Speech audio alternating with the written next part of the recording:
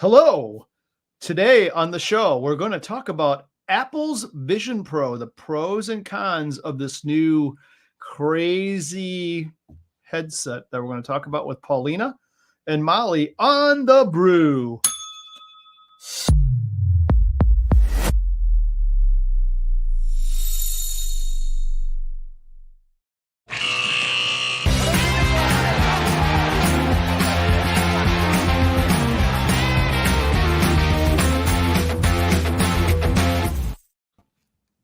Good morning, ladies. How are you?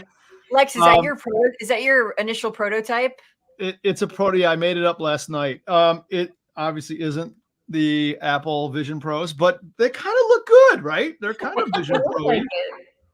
I think you're supposed to say the pass-through on them is incredible. The pass-through on them is incredible. Yeah, they're that's not the jargon. Okay, got it. So I already don't like them. You know why? Because this is annoying.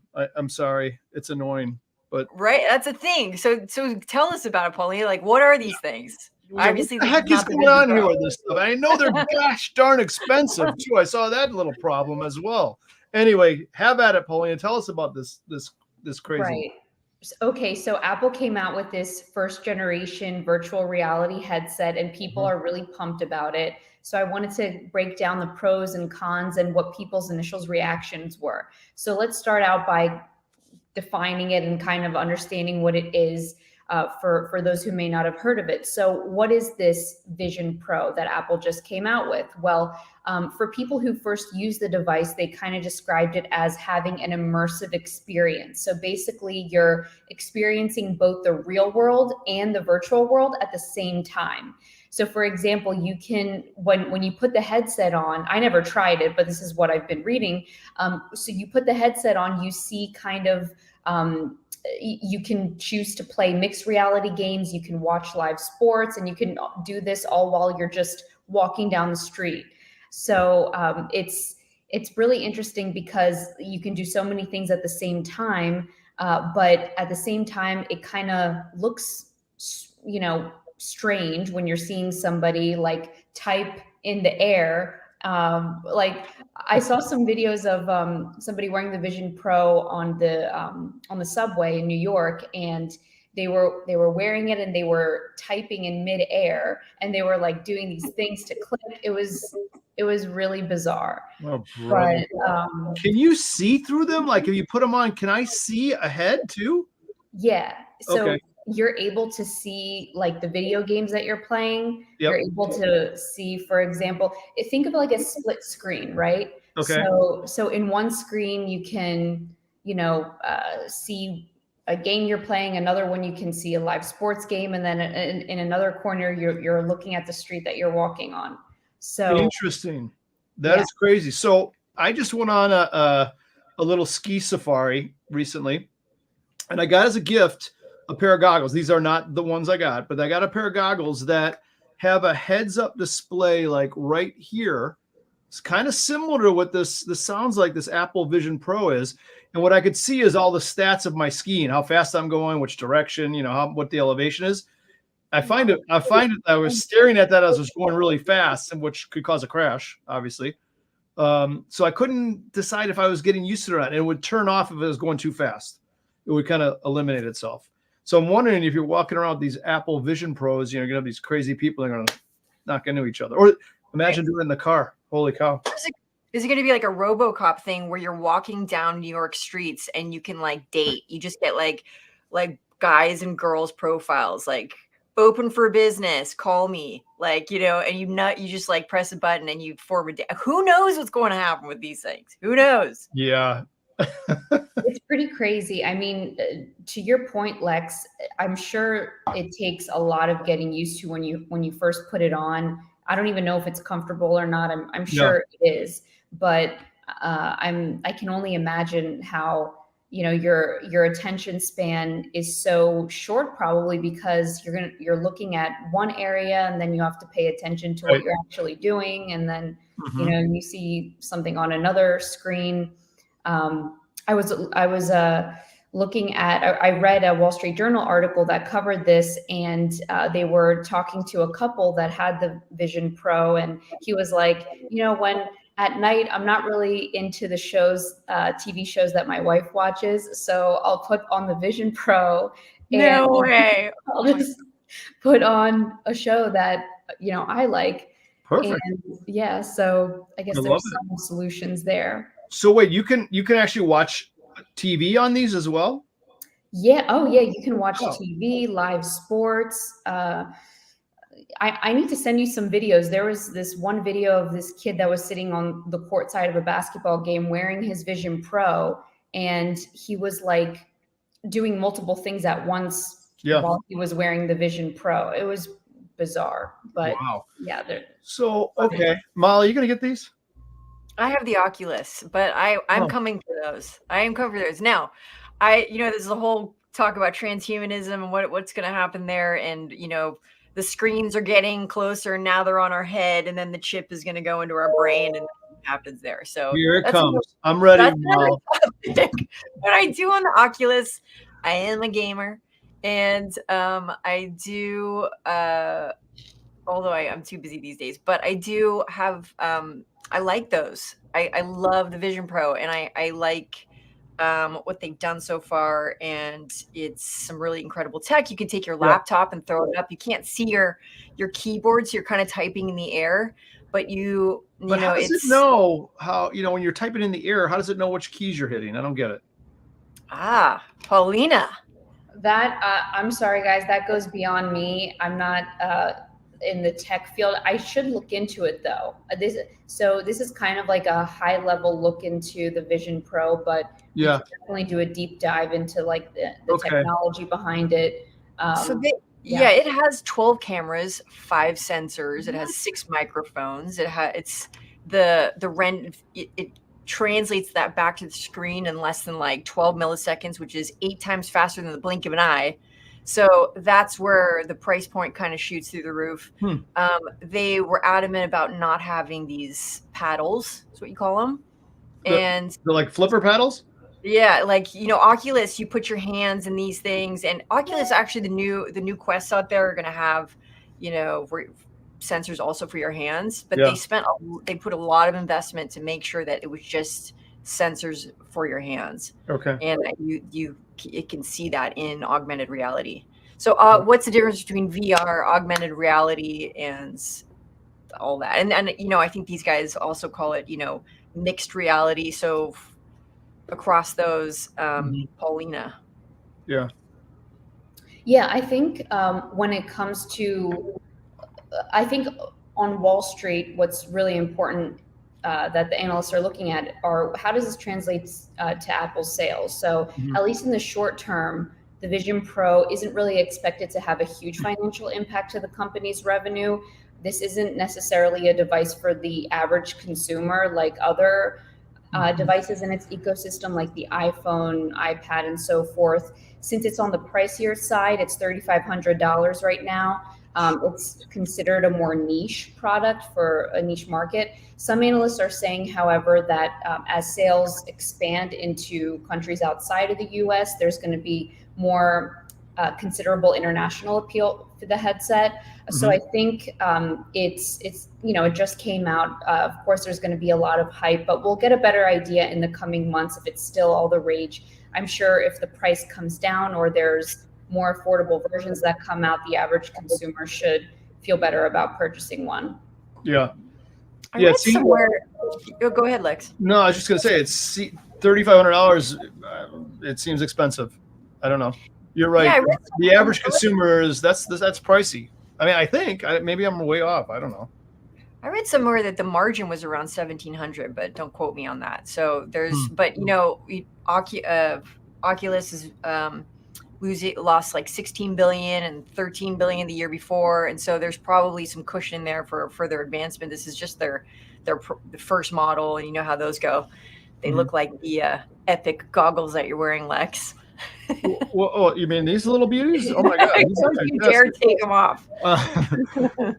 So what are the use cases for this thing? I'm trying to think. First of all, my reaction is that I don't think these are for me. I'm not a gamer anyway, so I don't have patience for that. But I don't know if I'd use these unless I By was. the way, I'm just gonna date myself. So this is you're probably a lot younger, Paulina, but I was alive before the personal computer.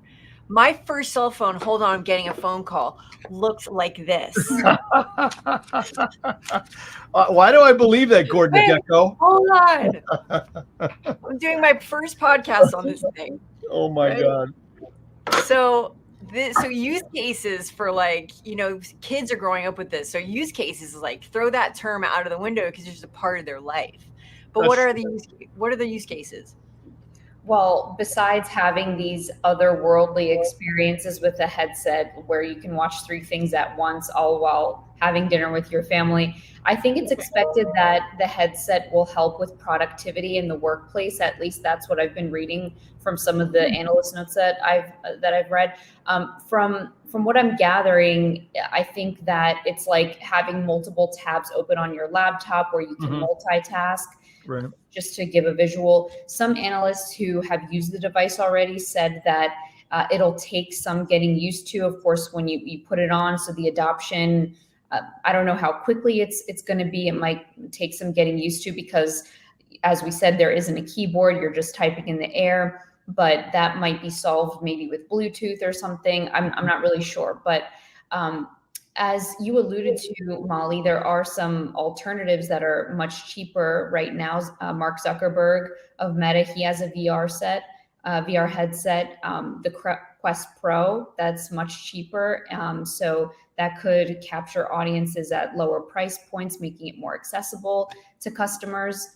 So I think that there is a lot of interest given that Meta is in the space competing with Apple. And we know that Zuckerberg, he's been at the forefront of virtual reality, augmented reality. He renamed his company Meta from the metaverse, and he's been really bullish on investing in artificial intelligence. So I think that this is something that we're going to have to pay attention to. Maybe we'll be wearing it in our jobs at some point.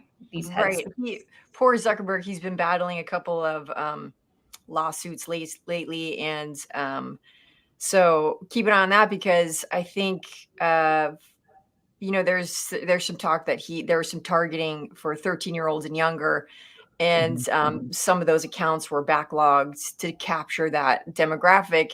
But, that leads the question, how do these affect the development of a young person's growing brain? So I don't think we know the back end of this. And, I imagine it does affect the functionality of thought. And if things are coming at you versus you seeking out, that's a complete turn 180. So that'll be interesting to see the studies on that if they ever show us them. Right. Scan. Interesting. Yeah, that's all. Those are all good points. The and Paulina, you mentioned that you don't see it being a huge driver of new revenue sales right out of the gate. Maybe as it adopts itself or it gains adoption, we see it a little bit. Yeah, I think at least in the near term, there's not going to be a significant impact for revenues, given that it's pretty expensive. But I think that a lot of people from outside of the U.S. are traveled to here in the States recently when it debuted the Vision Pro because they really wanted to get their hands on it. So as the Vision Pro expands into international markets, I think they're we might see more of an appeal there, but I don't think it's going to make a dent in revenue Right. anytime soon. We might see in the quarters to come how much of a difference it'll make, but I'm not thinking it's going to be anything too significant.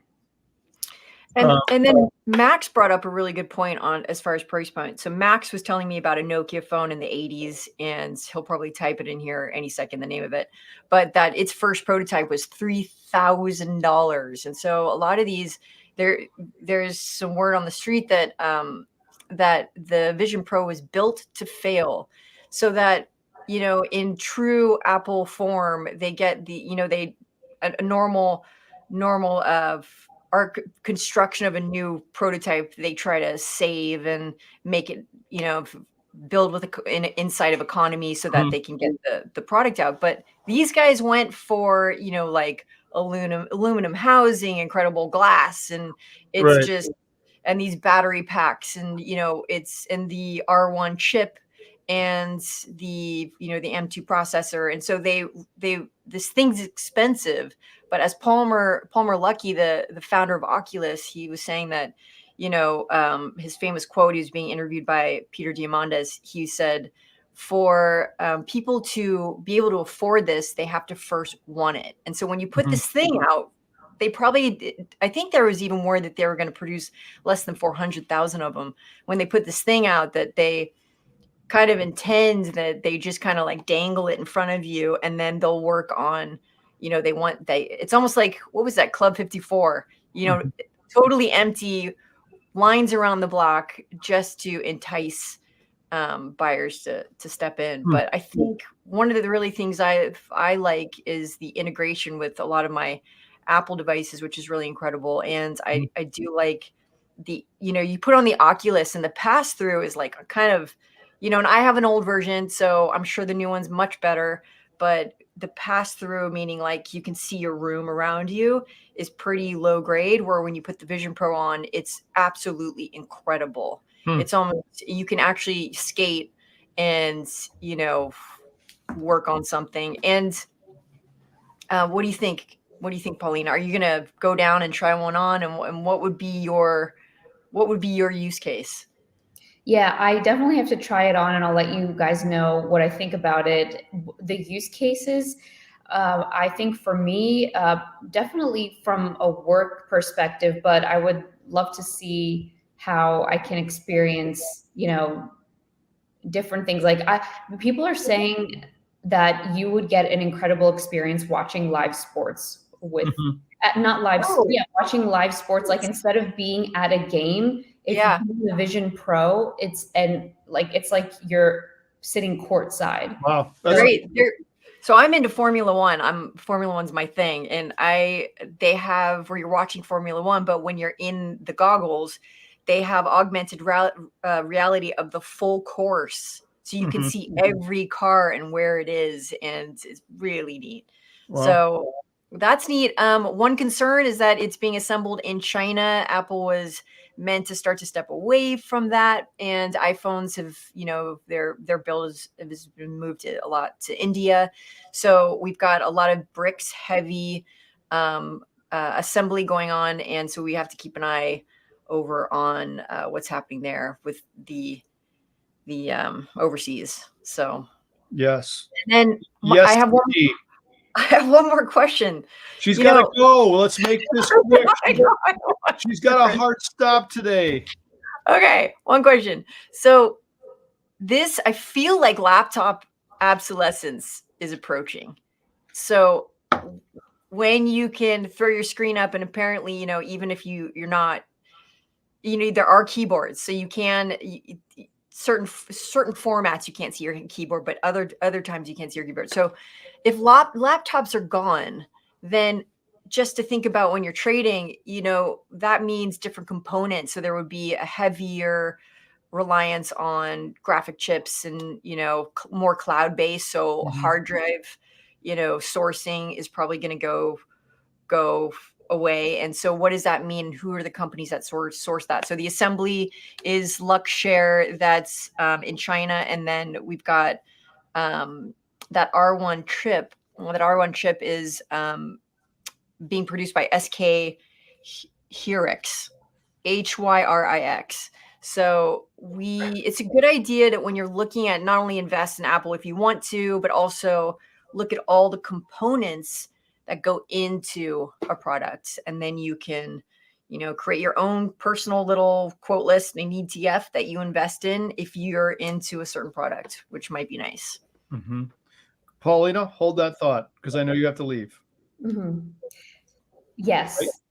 Right? I think we should continue this conversation because there's so many components here, so many different players, and it's a really exciting topic. So I'd love to talk about it again. Can I go, before you go, real quick, can I go to the Apple store and put these on and try them? Yeah, just so you know, if you do that, it's going to take about a half an hour. The demo takes about 20 to 30 minutes.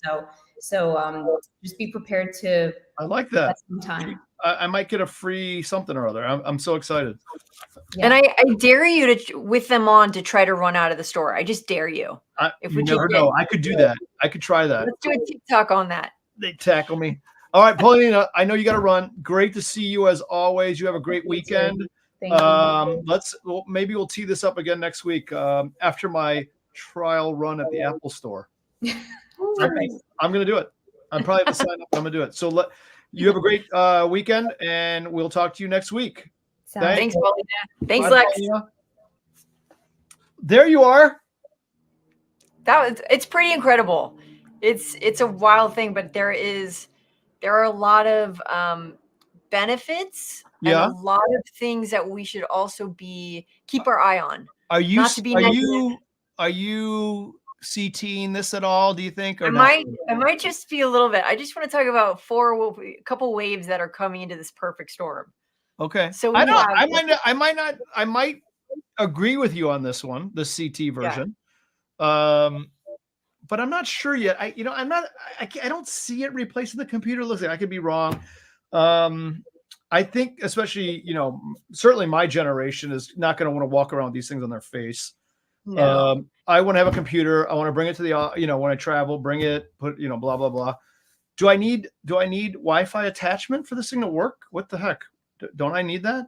Or no? Or is it cellular? You're going to connect to the cloud. Yeah. So I'm sure there's probably things you can do offline, but I'm going to go try to get a demo of this. Although I'm traveling this week, the end of this week. You're always traveling, Lex. No, this is the springtime's a tough one for me. But yeah, I want to go try this and I'm going to report back. Maybe we'll continue this up next week. Yeah. So I think the thing to think about with some of this VR stuff is, you've got VR and you have, there's this really neat thing where they aren't even hiring cybersecurity anymore. Mm-hmm. They do this thing called bounty hunting.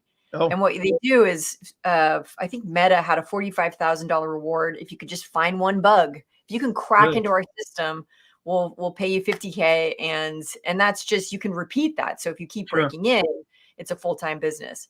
Wow. So they're concerned. And so if you think about the VR, then the neural lace technology like Neuralink, and then you also have AI coming online, and you also have quantum computation coming on. And so right now it's costly to do so, but what happens when the economies of scale make that accessible? So just things to be concerned about, but also you have to think about, everyone who is unable to walk. So paraplegics, you put VR on them and they grants them a new life. So there's incredible positive things to be said about it. And one thing I read recently was that neurological diseases, the cost of those actually eclipse cancer and diabetes and heart disease. And so what they're finding is, certain technologies can actually help retrain the brain after damage. So who knows? There's some pros and cons, and we just have to measure those out for ourselves and keep an eye on it. But it's exciting. It's exciting. I'm with you. I'm gonna try it. I'll let you know. Okay. I'll let you know. Okay. Well, I'll tell you though, the Oculus, if you ski or you snowboard, it's this, you can literally heli ski, and it's this amazing thing. If you're a pilot, you can fly with the Blue Angels and you can go left to right and they're there. I mean, VR is just wild. And then with the Neuralink, it's called Deep Dive VR, and that's nuts. Cool. And I won't talk about simulation theory right now. I just won't go to Nick Bostrom. We'll do that another time. Another time. All right. Good. Well, Molly, good to see you again, for gosh sakes. I know. It's been too long. It's been a while. You be good and have a good weekend, because it's actually Friday right now. Correct. Right? Correct. In our virtual reality, in our VR. Yes. All right. That's a wrap. Happy trading. Call me. Call me.